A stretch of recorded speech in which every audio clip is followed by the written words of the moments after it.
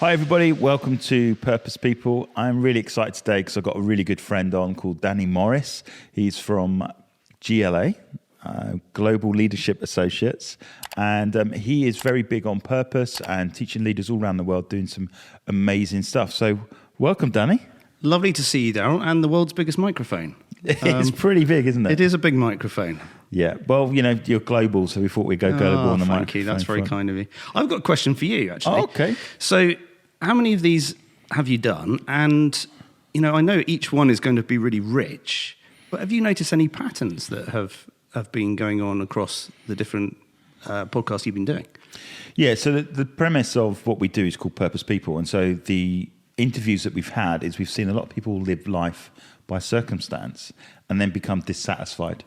So what's often happened is that as they become dissatisfied, they've made a decision that's made them pivot their career to do something more heart-driven, where they actually feel fulfilled. So we've had some amazing stories of people that have worked in television and then made a decision that actually that isn't for them, and then they've become a fundraiser. But they had to go on a journey, so on and so forth. So the pattern really is that most people, they start a career, they launch into it. Then they essentially begin to learn it, so they get really good at it. Then they become to lead it. And so the leading part is where you get your titles, you get the salary, you might then take on a mortgage and take on all the extra things that, you know, we all deem as success. And then you really, actually, I don't want to do this.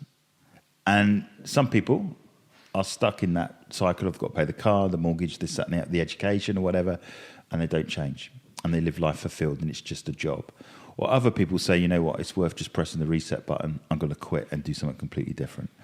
And a lot of the people that we've had on the show are the latter, where they've just gone, press the button and gone and done something different.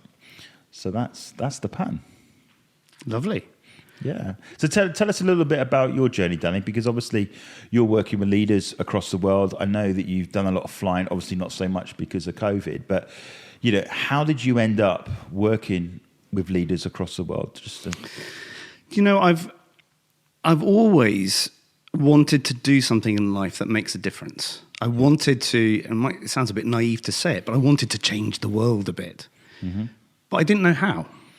And I spent quite a lot of time drifting, trying to find how I can make my little dent in the universe. Yeah. For you know, tiniest, weeniest dent in the universe. And I tried all sorts of things. I worked academically. I studied law. I never practiced law. I've worked in finance. I've worked for charities. I've worked for a church. I ended up in the Middle East. And I was doing a number of things in the Middle East. Not playing football. Not playing. Oh, I wish. Imagine the money from that. It would be fantastic. I'd do it. But I was a dear mentor of mine. Worked with political and business leaders in the Middle East, and I kind of fell in with him and started doing that. And then when I returned to the UK, I got a job in a leadership consultancy, and I find leadership fascinating. And so that's been something of my journey over the last 15, 20 years of working with leaders in a professional capacity. Yeah. And what I'm excited about is, well, a friend of mine says it like this: the world's got a lot of leaders, but not a lot of leadership. And I think you can see that every day in the newspapers or on TV, or you know, there's so much going on in the world where you're just going, oh, come on, guys, lead a bit more effectively. And so that is something of a quest that I have, is to help leaders raise the contribution of their leadership. Yeah. I think for me, with the whole leadership thing, is asking that deeper question is, are you supposed to lead? Yeah. You know, because not everybody is. Or they might lead at home exceptionally well, but maybe not lead in a corporate company of 300 people. That might not be their thing. And, you know, sometimes leadership, people fall into it, right? You know, they stay there long enough, eventually everyone leaves and, oh, you've been here the longest. And that's not the best way to appoint a leader, but it often goes on. So I think for me is that the biggest thing in leadership is first learning to lead yourself. And you said you've been on this journey of discovery of how you can make an impact. So how did you realize that you were making an impact and you were making a difference to the leaders that you were working with? They paid me. and they carried on coming back. Yeah. And so that was a little bit of evidence that there's something that I was doing that was useful. Yeah, so people were seeing the value and they wouldn't mind writing the check or the paying. Exactly that. But I came to a bit of a place in my own work in this field where I didn't know where to go. I felt all coaches have tricks, but a box of tools and tricks that they use to help people. Yeah. And I kind of felt I'd used them all, and I wasn't being as helpful as I could be, and I didn't know what that was. Right. Okay.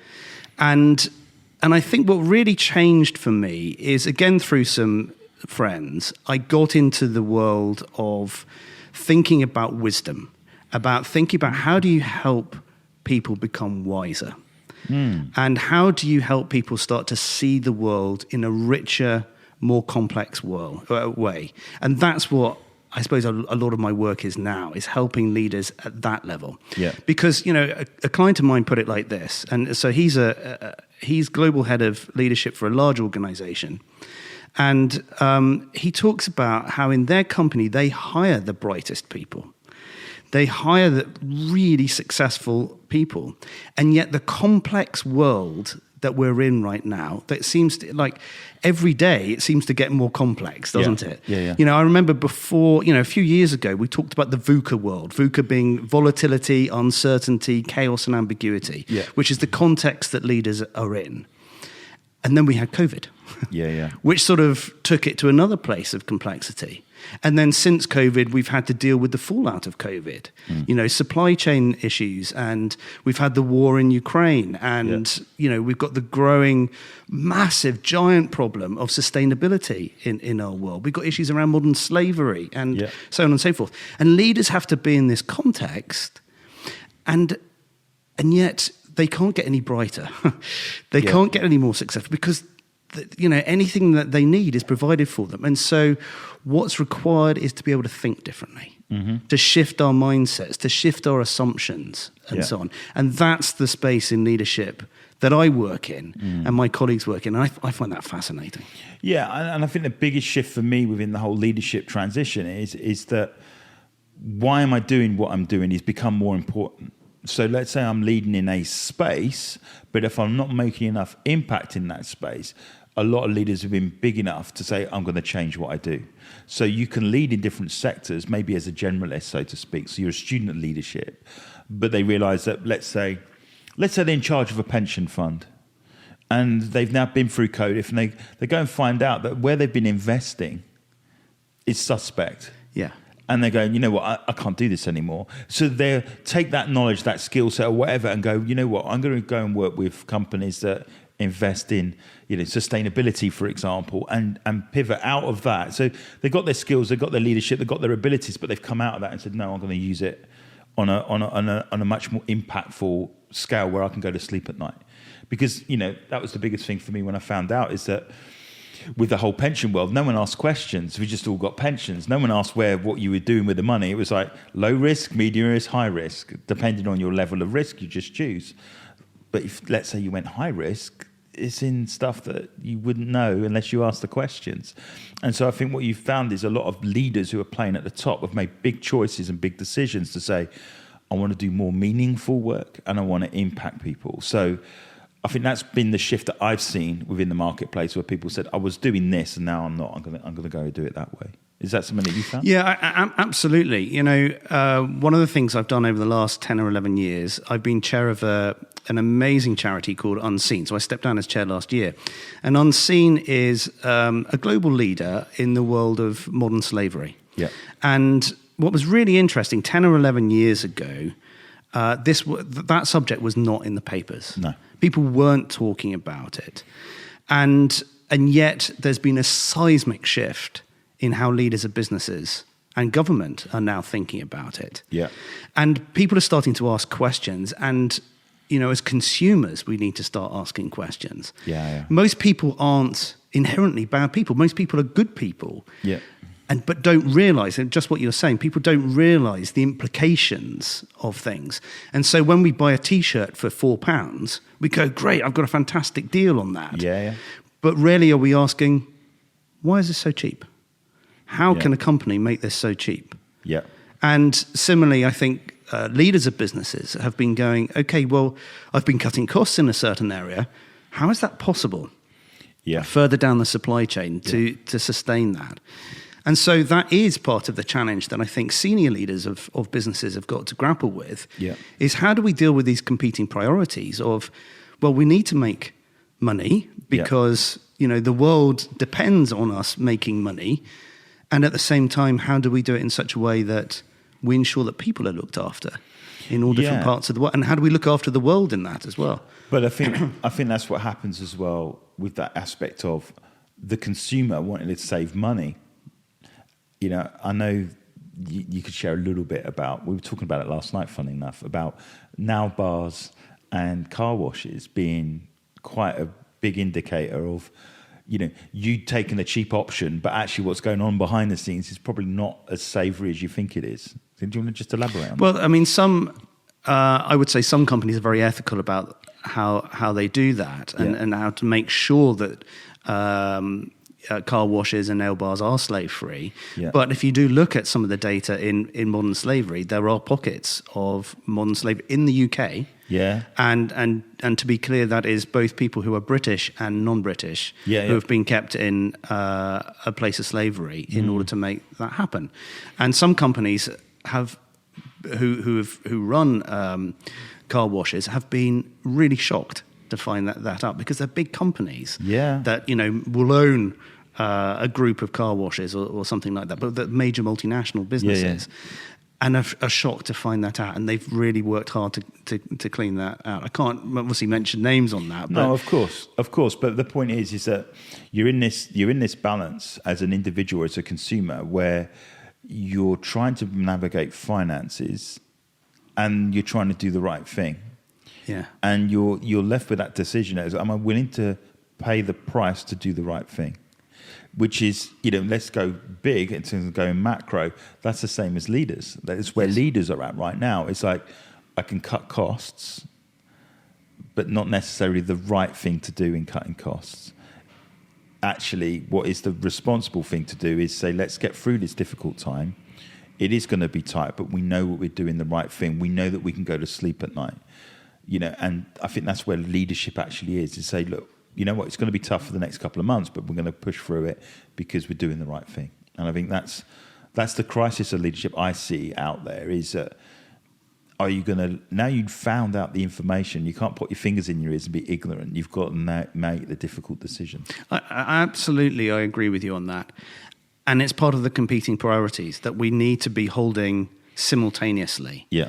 So one of our clients is a large business, and their focus is on how do they bring renewal to the work. So they're a very profitable business. Yeah. But the CEO's vision is, we want to go beyond do no harm to we actually want to renew the world. So that's around social justice, but it's also about the environment and the world and so on. And yet they've also got to report to the city on a quarterly basis.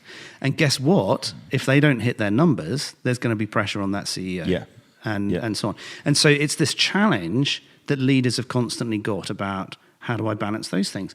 But I think it can hit us on a more personal thing. On a more personal level, which is the balance, work-life balance. Yep. So people often use that phrase, and what we often see with leaders is that they will choose work over things outside of work, family, and so on, because for many of us, we are addicted to accumulating responsibility. Interesting. Yeah. And that could become a real challenge for us as we're then thinking about, well, I want to have work-life balance, but actually I'm focusing more on my purpose, if you like, my identity, or how I see it. Yeah, I think when I look at that, is that I love this phrase, addicted to responsibility, because as a leader, that's essentially what sets you apart. You're the one that wants to take responsibility, and to be a successful leader, they see a problem, they will assume the responsibility for it and come up with a solution for it. But it's also really, really, really successful leaders are the ones that can say, no, I'm going to stay in my lane. This is what I'm about. And that's somebody else's responsibility to sort out. And in some respect, that could be more scary to the people who are thinking, well, hang on a minute, what I've got to do it? So maybe some leaders emerge from it, they take it on and do it. But for the leader, it's brave enough to say no And I think where they can say no confidently is knowing what their purpose is. Do you know, there's a principle from private equity that I found to be really helpful, and it's about startups, but I can see it applied in many areas, including to leaders. And that's startups don't starve, they drown. And that the meaning of that is, I mean, you've started and run a number of businesses, but also think about it as a leader. We often think we've got to take every opportunity that comes. Yeah. Because we don't know if it will come up again. Yeah. We don't know if there will be another opportunity for us. So we fear starving, but as a consequence of that, we end up drowning in all the things that we're doing. And I think that is a real problem that we have in leadership, with leaders across the world. Yeah. And when you add to that the complexity that leaders are facing at the moment and trying to have to navigate through.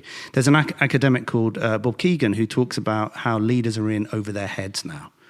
And that's something that I've found to be true with many of the leaders that I work with.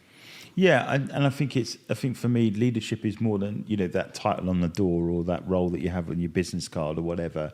It's knowing that, you know, I studied a lot on John Maxwell, for example. So he talks about leadership being influence. And for me, it's about influencing the right things. And, you know, for me, it's about purpose. So if I can influence purpose in the right manner, then I'm doing what I'm doing. I might not be a full-on influencer in a different area, but that's fine because that's not what my focus is. But I find with some leaders who we talked about, if you don't know what your core thing is, then you want to be a leader over everything. It's almost like this territorial thing that I'm an expert in every single area, which you can't be, yeah? But you'll find leaders that, I know how to do that, and I know how to do this, and I know how to do that, because they're getting their value from it, because everyone's going, you're good at this, you're good at... But eventually, as you said, they eventually drown because they're saying yes too many times, which is that thing of, if you don't know why you're here, then you'll say yes to everything, because you are capable. You are good at what you do. You know you can make a difference. You know, it'd be like, I can run a football team then, or I can do this then. Maybe you can't, because it's different. It's a different set of skills. Now, you'll learn leadership skills along the way, but real successful leaders for me are the ones that can say no just as much as they can say yes. I'm fascinated by names. And I've long been fascinated by names. I find it really important to find out what somebody's name is wherever I go. What name means? Both, actually. Okay. But I like to connect with people and go, okay, what's your name? And try and remember names. That's important to me. And I think it's interesting that when we're born, we're given a name. We're not given a number or a metaphor. Well, we probably are given a number somewhere, but we're not given a metaphor or a sound to be known by. We're given a name, and a name has meaning. Yeah. And I think a name can often call out something from somebody. What does Darrell mean by that? Darrell means beloved. And I used to hate the name Darrell. And obviously Christian and whatever else. And then someone pointed out that the name Darrell means beloved. So in the Bible where it says dearly beloved, I'm like, that's speaking directly to me now. So now I got to like the name. Because the reason why I didn't like it was that it was unusual. Here's Chris, there's Steve, there's Pete. It's Darrell. Well, that's a strange name. I just hated it. And then no one could spell it. Or, is it the robot? Because there was a film called Darrell in the 80s and it's spelled with a Y. No, it isn't. It's spelled like Daryl Hannah. Yeah. There's a girl's name. I did that whole thing. I just like, Mum, Dad, can you just name me Paul or something like that? So I Darrell for me was I now like it because I know that A, it's unusual, and B, I know what it means. And then my middle name, which not many people know, is Wayne. Coming from Essex, it's not great. But Wayne means industrious. And when I look at my life, it's like I'm doing what I feel is beloved of God, by helping people, investing in them and whatever.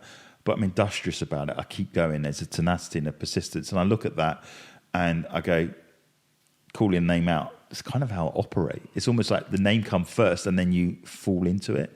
So that's what those two names mean. So yeah, names are a powerful thing. What about you, Danny?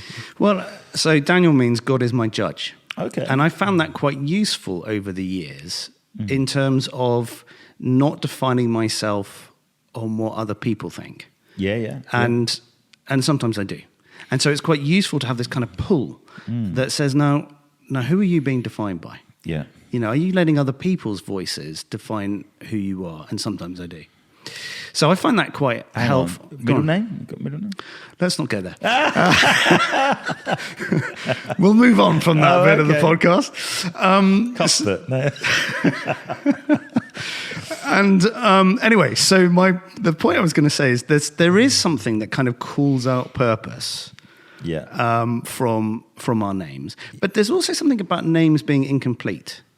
Okay. And that I think that during a lifetime we seem to add meaning to who we are, to the name of somebody. I was thinking about that scene in Gladiator the other day. When Gladiator says his name and it's Maximus Decimus.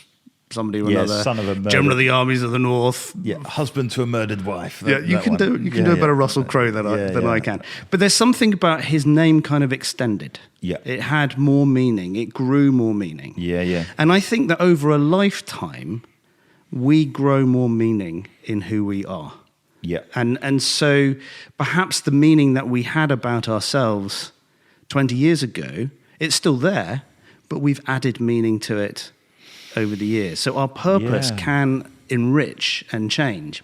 And then I was thinking about this in terms of my work with leaders and mindsets, that actually our perspectives of ourselves change over the years. Yeah. And that could be around purpose as well. And so early on, we might think about purpose very much in terms of our technical identity. Yeah. So see purpose in us being a brilliant footballer or coder or doctor or whatever it is. And then we might start to think about it in a more complex way than that, which is about achieving goals. Yeah. So it's very, and that could be with other people. And that's a very powerful thing. So even when people sometimes talk about legacy, it can be around goal. That it's like, I want to achieve something. And that's powerful as well. But then there's another way that we could look around purpose, which is more about being and systems and how am I in a system and what's my purpose in that and how am I influencing things around me. And then I think we can go beyond that to do something that's more collaborative. So we see purpose as something that is perhaps done with others, not just individually. And so there's lots of complexity there. And which is the right one, which is the best? Well, they all are. Yeah, I look at it from an analogy of purpose is essentially a story. There's a storybook. Everyone's got their own book that they're writing. And so in my book, I might be the hero in the story. But Danny being in my story might only be in the first 6 chapters, disappear and reappear in chapters 12, 13 and 14. That's the role that you have in my story in terms of the purpose journey. Likewise, in your book, Darrell might only appear at the end of the story. And my thing with purpose is that if everyone's doing what they're supposed to be doing and know that they're doing it, you move away this thing of competing with one another because everyone's secure in who they are and what they're meant to do. So therefore, now we can complete. So now we can collaborate with one another because we're not threatened by one another. Yeah, that's nice. And I think that for me is not taught enough within leadership. It's almost like you have one leader and everyone's got to fall into line, not realizing that leader's only as good as the people that are around them. And number 2 or number 3 of that leader in that role are invaluable to that person succeeding. And, I think sometimes you see that big in sport. So you get a manager doing really well and he loses his assistant manager and all of a sudden that manager's not as good. And then they get fired and you go, oh, hang on a minute, it's more of a team behind the scenes, but we don't see it until the worst happens. And I think that's for me for purpose, that if everyone knows what their purpose is, then we can all work collaboratively together and we're not threatened. And I don't think it's taught enough for us to say, well, Nathan's purpose, Ryan's purpose, Danny's purpose, Claire's purpose, whoever it is, they have their purpose, but how do we make everyone win rather than only one person win? I love that. And of course, that's coming from a rich place that you have in terms of thinking about it. And, and another angle we can look on purpose is through Jung's thinking. And, he talked very much about heroes and hero archetypes and meaning in terms of this context, purpose, that we are the hero in our story. Yeah. And so how we are prepared to see ourselves as the hero can change over time. And so sometimes that can be quite threatening to think that there can be other heroes Yeah. in our story. And how do we help others be heroic? Because we're the hero. And so that takes some maturing to be able to go on that basis. We're talking about, but I think the thing for me, and I think this is where I believe a real leader gets to, is a leader is not the hero in their own story. The leader becomes the Mr. Miyagi or the Obi-Wan Kenobi, or in Gladiator, he becomes the guy teaching Maximus, for example. So there's that flip, because at the end of Gladiator, for example, he knows he's going to get done over, but he's making a way for his successor, so to speak, in terms of doing the right thing. It was almost his redemption arc, even though that he died, and at the end, it was, in terms of his trainer, it was a case of he wanted to do the right thing, and it took him all these years to get to that point, to raise someone up that he think could change Rome, so to speak. So I think for me, as I've got older, rightly or wrongly, maybe because I'm getting older and I'm starting to look more like Mr. Miyagi, who knows, is I think the real thought of leadership is where you are there to lift others up. Your job is to find the Luke Skywalkers, it's to find the Daniel sons and begin to hone them and help them become everything they can be, to at some point then pass the legacy on. And I think when we're talking about names, notice we talked about first names, but it's often the last name is what characterizes a family in generations. And I think, certainly with covenants and stuff like this, certainly in sort of like the Eastern world, so to speak, a name can run for generations, and that name says something. And if you apply it to here, you could say like Wesley, and immediately it conjures up pictures of. We talk about Billy Graham and the Grahams and the evangelists, and all. It immediately pictures things. And for me, true legacy is that when I say a name, it's something positive that I can associate to it. So, like the name Irwin, they might know me as a podcaster or whatever else, but hopefully, over a succession of time, with my kids taking it on, it stands for something that doing good in the world and making an impact is ultimately what that name should stand for. That's kind of where I want to get to. I love that. And again, it's a name that's live. Yeah. It's adding complexity, it's adding richness and meaning over time. And your kids will take it somewhere further. Yeah. They will add more meaning to it in their generation and the generations after them. I love that. That's nice. Yeah. So, and I think the thing is with the name, certainly within the Eastern culture, when they make covenant with one another. So they used to make covenants to get somewhere or to get something. So it'd be, they want to take a territory, but they can't do it on their own. So the only way they can do it is make a covenant with another tribe. So to make a covenant with another tribe, but in that journey, there's the name ceremony as well. They exchange names, and often they would swap cloaks. And then ultimately, when they would make the covenant, they would cut their hands. And when they would cut their hands, they wouldn't let the scar just be a clean scar. They would deliberately rub dirt on it to make it a scar. And there's this famous story of David Livingstone, and he basically got, he was going to be robbed, and they pinned him. They walked through the forest, and this person goes to attack him, and he obviously gets told to put his hands up, like it's a sense of surrender. But as he puts his hands up, his hands are covered in scars. And they knew, just because his hands were covered in scars, just how many people he was connected to. So they knew that if they took him out, this was not a good thing, because they would have so many tribes after them that they let him go. And it's that thing of that the scar and the name and the covenant ceremony was a thing that transcended one generation. It went on for many generations. It was part of the promise. Like they would have covenant terms. So if I die, you would look after my kids, my family, and whatever. And that would be written down and kept. It's fascinating which is lost in the Western world, about how a name can transcend one generation and go to the next, to the next, to the next. And that's a really powerful metaphor. And just to clarify, we're not doing any hand cuttings as part of this podcast. No, we're not. And I mean, we always joke, because I remember at school, I don't know if you remember Blood Brothers. Can you remember that at school? Anyone ever did that? Maybe it was a thing in our school where people were cutting their thumbs and putting their blood together and said, I'm your brother for life. No, they don't even know where their mate is. And I remember the school saying, it's just as the whole AIDS thing broke, and I was like, nobody do this. This is the worst thing you can do. But it was coming from a place of people wanting to make friends for life. And how it found its way into our school, I had no idea. But that ultimately is you say you're best friends, and it's like that's going to the next level, which was blood brothers, because they would, when they cut their hands, the two parties, they would mix their blood together. So the reason why they cut it, they would hold their blood and let it run into each other. Then they would do the scar, and your blood is my blood, vice versa, which is it's an incredible, powerful thing. But it wouldn't last just that moment; it would last. And at the end of it, they would plant a tree as a memorial, because obviously trees go beyond one generation. So every time they would go past the tree, that's the covenant that we made, so that it's not forgotten. And so, Darrell, you run a number of businesses, and you lead a lot of people. What do you sense as a bond that you have between you and the people that you lead? Do I sense it as a bond? I think the people that work with me are definitely, our bond is around values.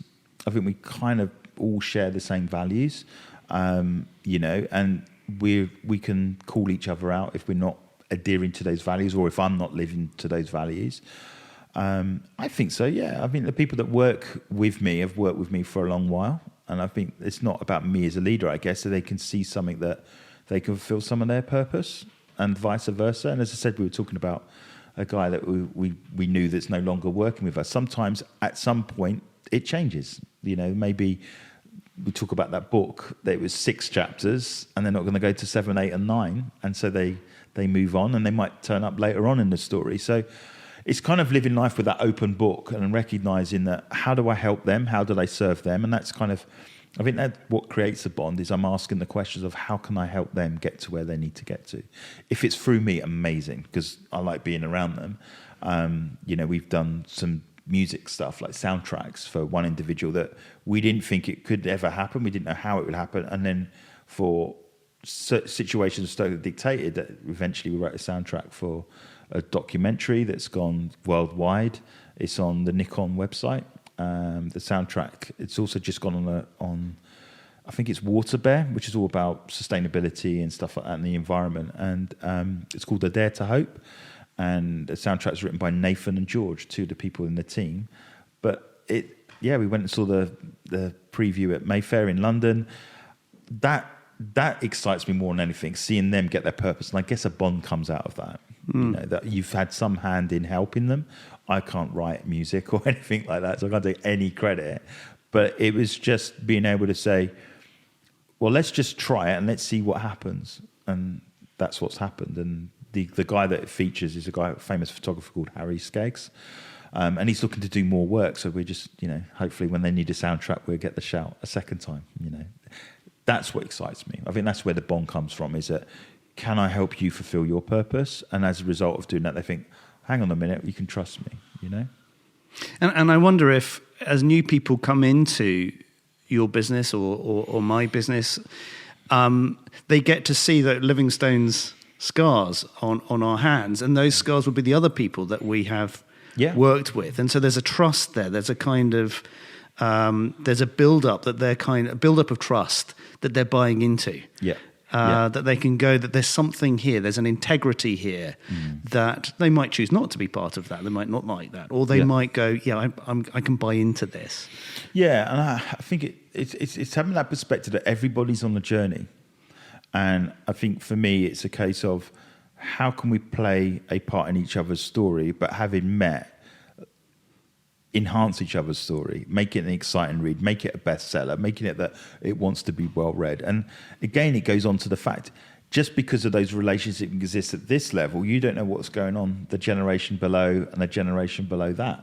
We do joke, friends of ours, that he's helping me with the networking company that we've launched, and his middle son and my youngest get on really well. Now, they always joke that they're going to end up marrying each other at some point. Now, I'm not saying it's going to happen, but wouldn't that be crazy if it did? So sometimes you work on this level. The story doesn't end on that generation. It could keep making a difference. You've got children, and I've got children. Who knows? Their paths might cross and stuff like that. So I think that's what fascinates me in this journey of purpose, is that we are connected, and then how does it connect beyond your generation, I think is exciting. Yeah, I find that really interesting. And also that speaks for us as individuals in our own lives. So where our lives are now, it might be that the roads ahead really twists and turns in some unusual places. Yeah. And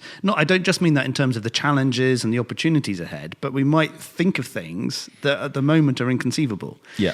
And that might enrich our purpose again. And, in 10 years' time, we might look back at our conversation now and go, wow, and it's kind of expanded since then. Yeah, I mean, there's this obvious statement that's said is that your net worth is determined by your network. And when you say net worth, everyone thinks about money. And I think that's not kind of what it's meant to mean. It's more the depth and the richness of the opportunities that exist are by how many people that you know. And to the degree you get to know those people, to the degree that you find something about them that you didn't know before, that actually the answer you're combing the internet for, whatever else, could be right next door. So we've got next door neighbours left and right where we live. And, just talking to them, I'll give you an example. When we moved into where we live in now, we couldn't get any internet. And so eventually they put a dish on the roof, which was Elon Musk's Starlink. And it was great. It was working. And then we had someone put it all together, but it just wasn't working. So our new next door neighbour comes in, and within literally the day he moved in, within half a day, he'd fixed it, and it's never run perfect. And I was getting frustrated for weeks on the phone to the IT, whatever. And it was almost like, here's an older guy, he works for a government organisation, he works in IT or whatever, and he knew exactly what to do to fix it. But if I'd not had a conversation with him in the car park, I might have been still banging my head against the wall for the next 2 to 3 weeks. And so sometimes there's so much power in just having those conversations. And that's why I love networking, because the more conversations you have, the more collaborations you can make, the more opportunities exist. And I think that's the richness of purpose, where you meet someone, you get to know them, and then you find, and it's like the link to the next thing, to the next thing, to the next thing. And I think with the internet, and having to go online and Zooms and stuff like that, certainly networking online, your reach, which was only the UK, could increase by just having a conversation with someone from America, for example. That's what excites me. Yes, I agree with that. And that to me very much links to the work of leadership and how we can grow ourselves as leaders. So one of the most important things that we can do as leaders and as growing others who are leaders is to be continually expanding our awareness of self, of others, and you were talking about your neighbour there, but also of the systemic. And so it's those three areas. Whenever I hear somebody say or describe themselves as self-aware, inside something dies, because I kind of go, look, what do you mean you are? It's not, you haven't just ticked that box. That's a life journey, and we're constantly discovering new things about ourselves. Because we're lacking we're always struggling with a lack of awareness of ourselves. And then that multiplies when we're thinking about awareness of others. That might be us in a meeting going, well, why is that person being quiet in the meeting? Are they being quiet because they agree with everything that's been said and just don't have anything to contribute?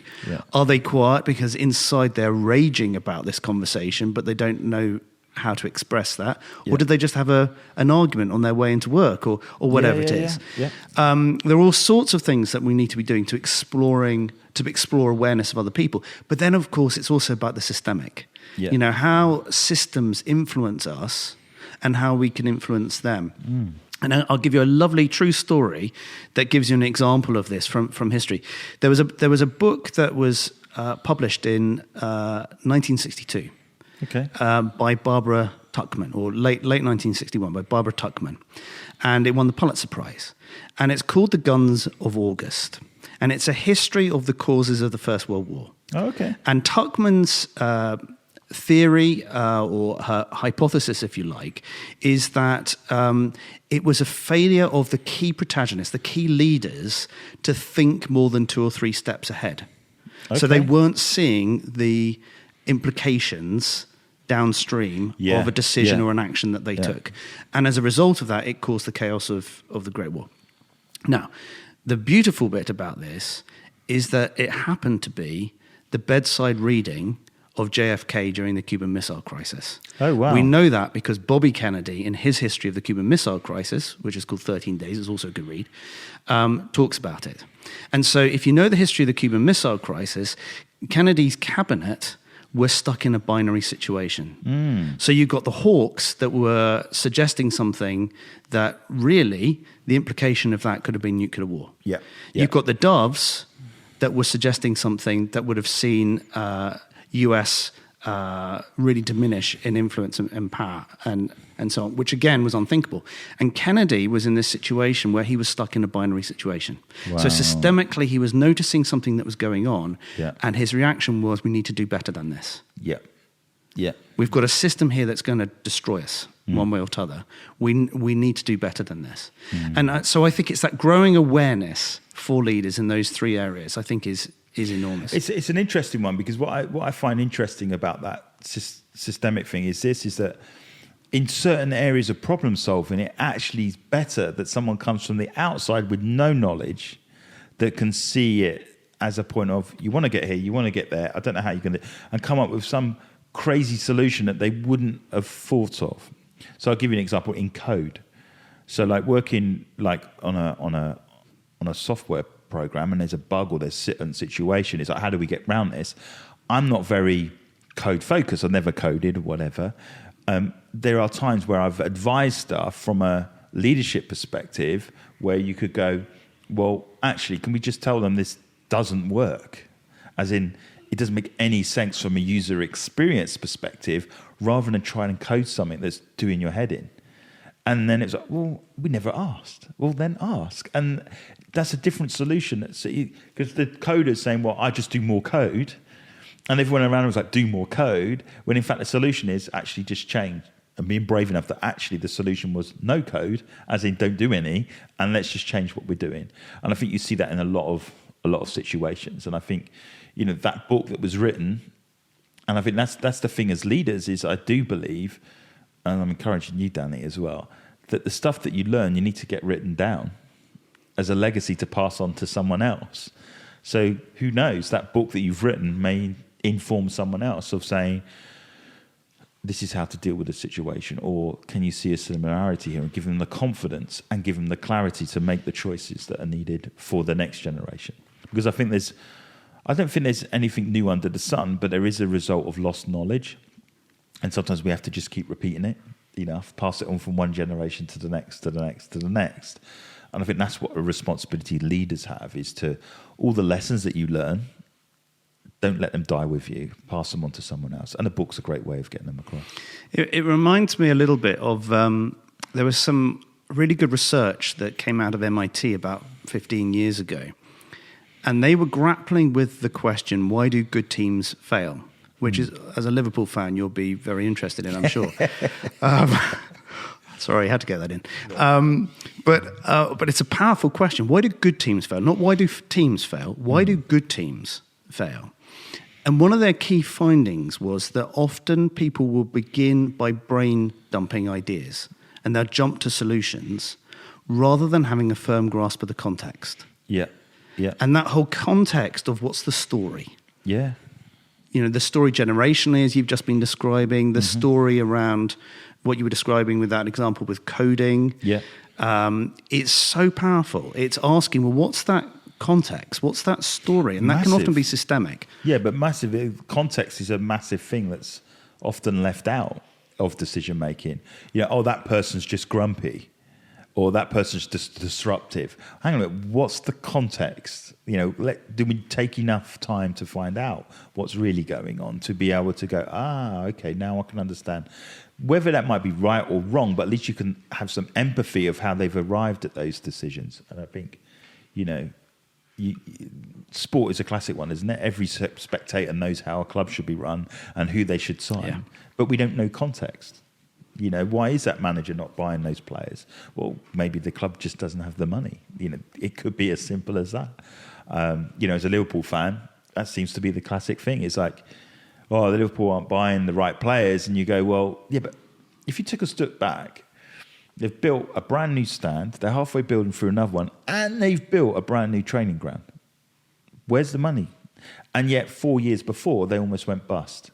So you look at that and you go, the context might mean that they're going to have a couple of tough years. Look at Arsenal. They bought a stadium. They didn't buy any players. They always got Champions League or just scraped in.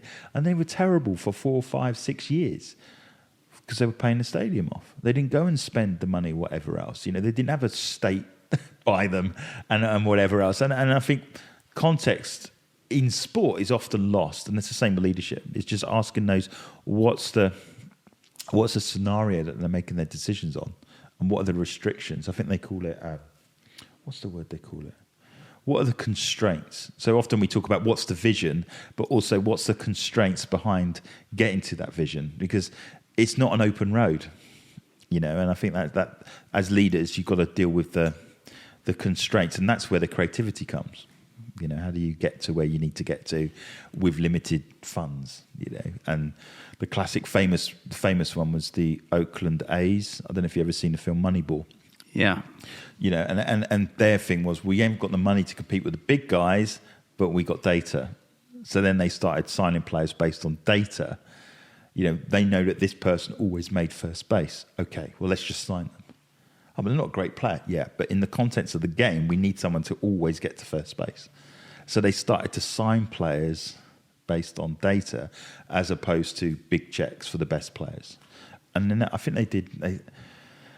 they just missed out. Yeah, they didn't win the World Series. I think they got within a game of the World Series. And they offered the data guy a job to join the Red Sox.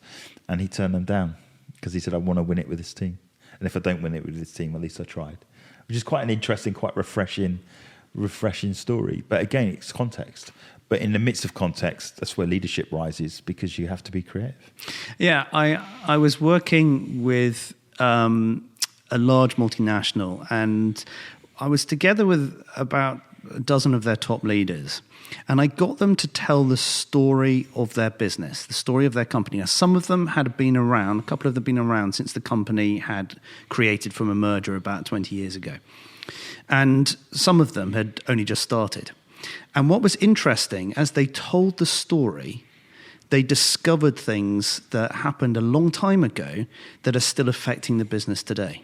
Wow. So decisions that people had made 15 years ago, but sometimes through mistakes, or a decision that a leader can make, almost an off-the-cuff remark or an off-the-cuff thought, has got embedded somehow into the organizational system, and people are still being affected and living that out.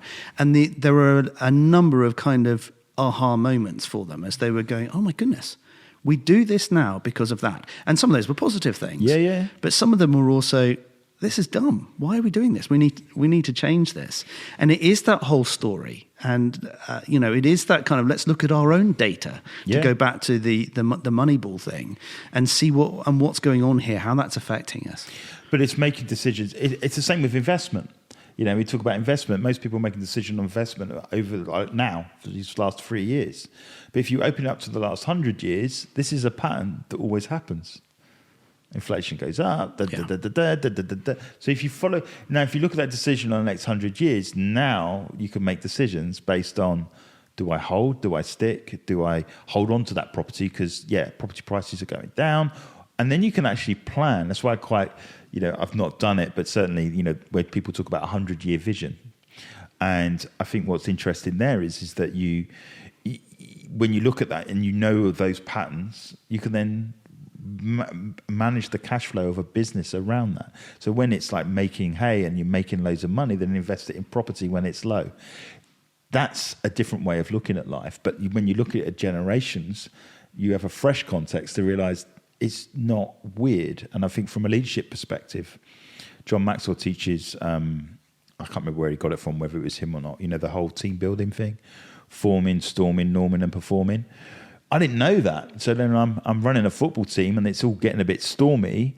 But then when I knew that, it was like, that's part of the process. And in every team that you run, when you add another ingredient into the mix, you go back through that process.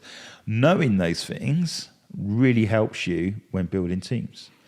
For people that probably don't know, forming is when you form a team. You bring everyone together and are all excited about the vision. The storming is where you've got people that don't quite know their roles. They've been working together a little bit, personality clashes, people are arguing, getting upset. That's normal. Then there's this point of everyone knows what they're doing, so now there's the norming, and everyone's sort of like, not in their flow, so to speak, but they're just doing, they know what they're supposed to do. And then there's performing, because there's that degree of consistency over time then allows people to perform. I didn't know that early on in my life, but now I know it now. Any team is like, oh, okay, I know what phase we're on. And it's amazing when I'm talking to people that don't know it, the revelation is like, oh, I thought everything was going wrong because I'm an idiot.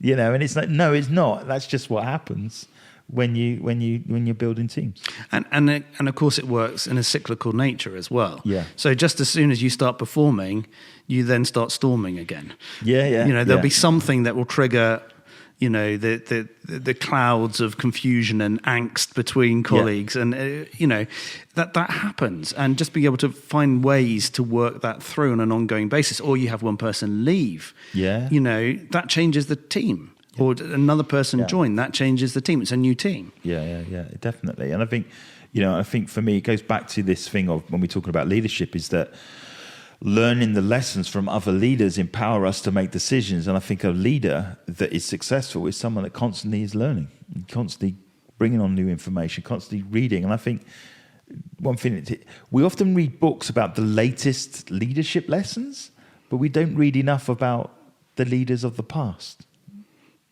I think that's a fair point. You don't go, well, what are the lessons that we've forgotten?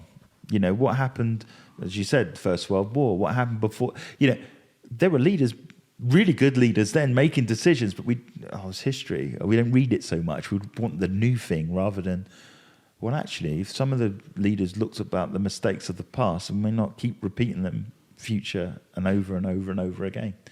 So I think that's quite a good thing for us as leaders, is always to learn, but maybe start delving into the past and read some history books, you know. Do you know something I've felt personally challenged about recently is actually to read some of the books that I've already read. Okay.